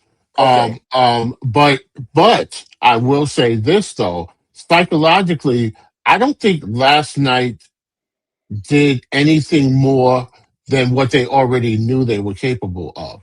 It didn't convince them, because they've done it throughout the playoffs in that 22 point. Come back and so forth. So they know they can do it. So I don't think that this last night was like a light bulb moment. Oh wow, we have this. And I think they know what they have. Okay. But to Reggie's point is that is something that you don't call upon. You don't want to have to call upon regularly. That's like your ace. The card up the sleeve that you only pull out if break glass in the case of an emergency. It's there. You have the capability to do it. Okay. But that is, I don't think that's absolutely should not be a game plan. Gotcha. Gladiator effect. Familiar with there's a character in Marvel Comics out of the X-Men comic books called Gladiator. Yeah, he's like Superman, but his powers a lot of it's based on his confidence. He's at his highest. He can go toe to toe with anybody.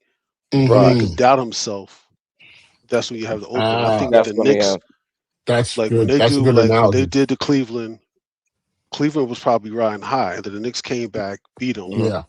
And that probably shook them completely, knocked them off their heels. And then it was a game, especially since Atlanta, like the Knicks would struggle, and then after that they would come back, and there was way late teams.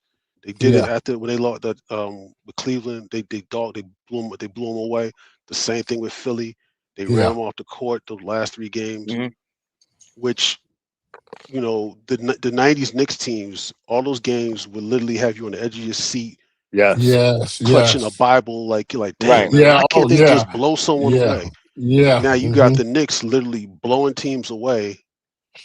Like I'm like, damn, I'm not even used to seeing that because I've always got that imprint of the '90s Knicks, and every game is a damn life or death struggle. I'm pulling my hair out, I'm sweating for no reason. I'm hoping for a 4-point play when you need it.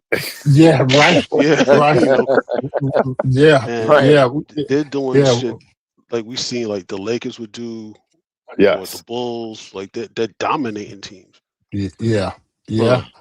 And as it goes on, they just get stronger and stronger. And this is like what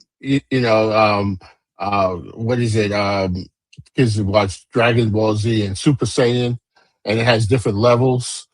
And I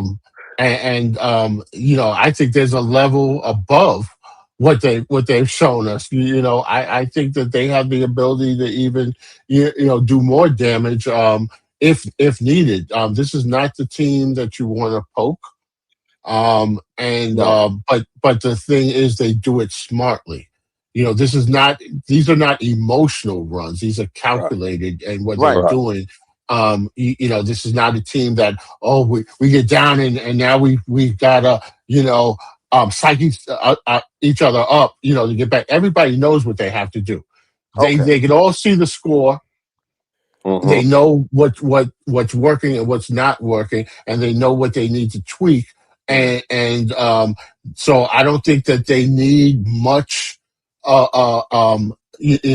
far as a coach giving them motivational speeches and stuff like that. I did hear that Cat, was very strong in one of the timeouts. But again, that's just reaffirming what guys already know. They don't need convincing that they're good anymore. Right. Okay. So let me ask you this. I saw something real quick about Brunson and Brown getting into it on the sideline. I didn't see that. Yeah, I didn't. I think. You talking about? Oh wait, no, you talking about the father. The father, yes. Rick, I did see that. Yeah, where apparently Rick told Mike Brown to shut up or something like that. Yeah, exactly.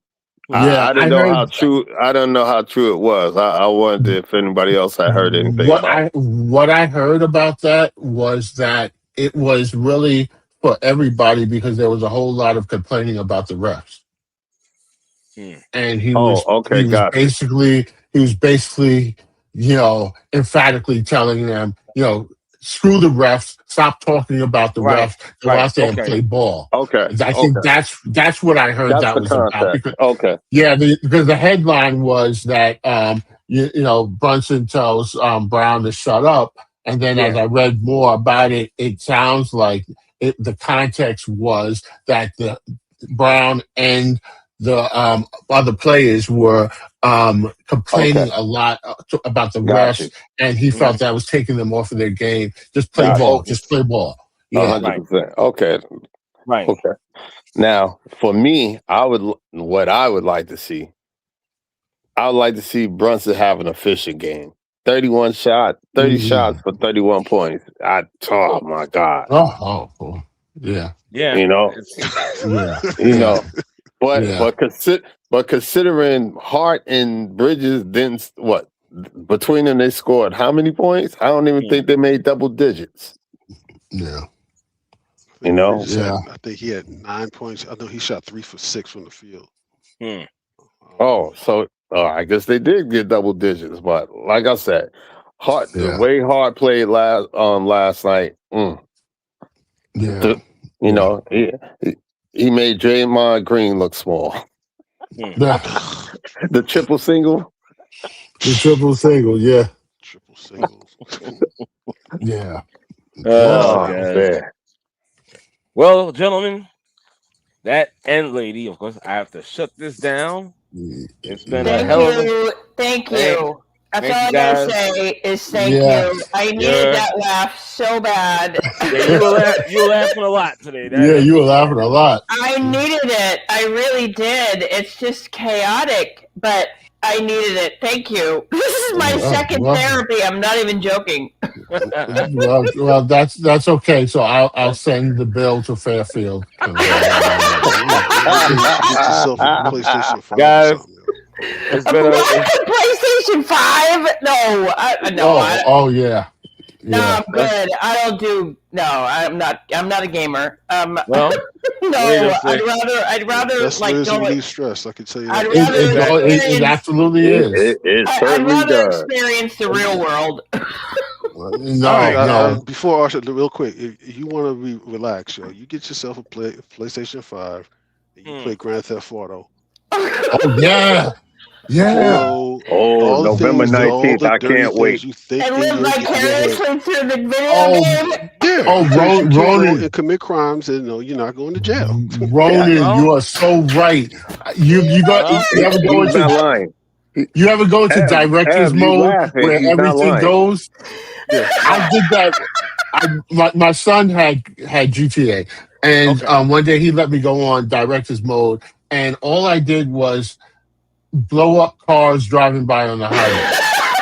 And I literally did it for like an hour. And my son and my wife were looking at me like sideways because I was enjoying it too much and watching the people scream and just taking them out. But it really helps. The problem is they think I'm serious. Yeah. Look, I can't stand bike riders, in real life, man. Grand Theft Auto, I can run them over all day. You can run them over. Oh yeah. Yes. Ladies and gentlemen, I'm not gonna hurt anybody. I promise. The views and opinions. Right. The views and opinions disclaimer. of these panelists right now is their views and opinions themselves. There's no way to reflect on the opinions of R. Jones. I am absolving myself of this. It's okay. Now you want to absolve yourself. You went through a whole 2 hours of craziness, and now we talk about a video game, and now all of a sudden you got morals and standards. That's right. Me and Dave, we would have burgers and lobsters, buddy boy. Yes, we absolutely were. We absolutely were. Yes. That was as real as it gets. Boy, it's imprinted in their brain. Like I said, I please the physicist. Okay. You please the physicist, yeah. You can please the fifth all you want. That's we were there, bro. We were there. All right, guys. I got a live and in living color. I've never shown that much emotion on my face before in my life. Y'all about to get us arrested, yo. Yeah. There were some moments. Yeah. Oh, Jesus. Ronan, you got nervous?